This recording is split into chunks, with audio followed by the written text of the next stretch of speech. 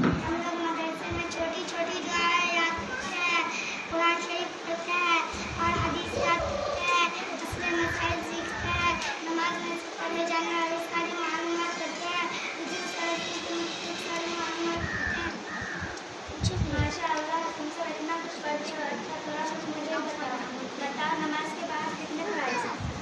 नमाज के बाद 7 फराइज़ हैं। नंबर 1 बदन का पाक होना, नंबर 2 कपड़े का पाक होना, नंबर 3 जगह का पाक होना, नंबर 4 सर खर्च करना, नंबर 5 नमाज का वक्त होना, नंबर 6 क़िबला की तरफ रुख करना, नंबर 7 तकबीर तहरीमा कहना। आप करना सुना।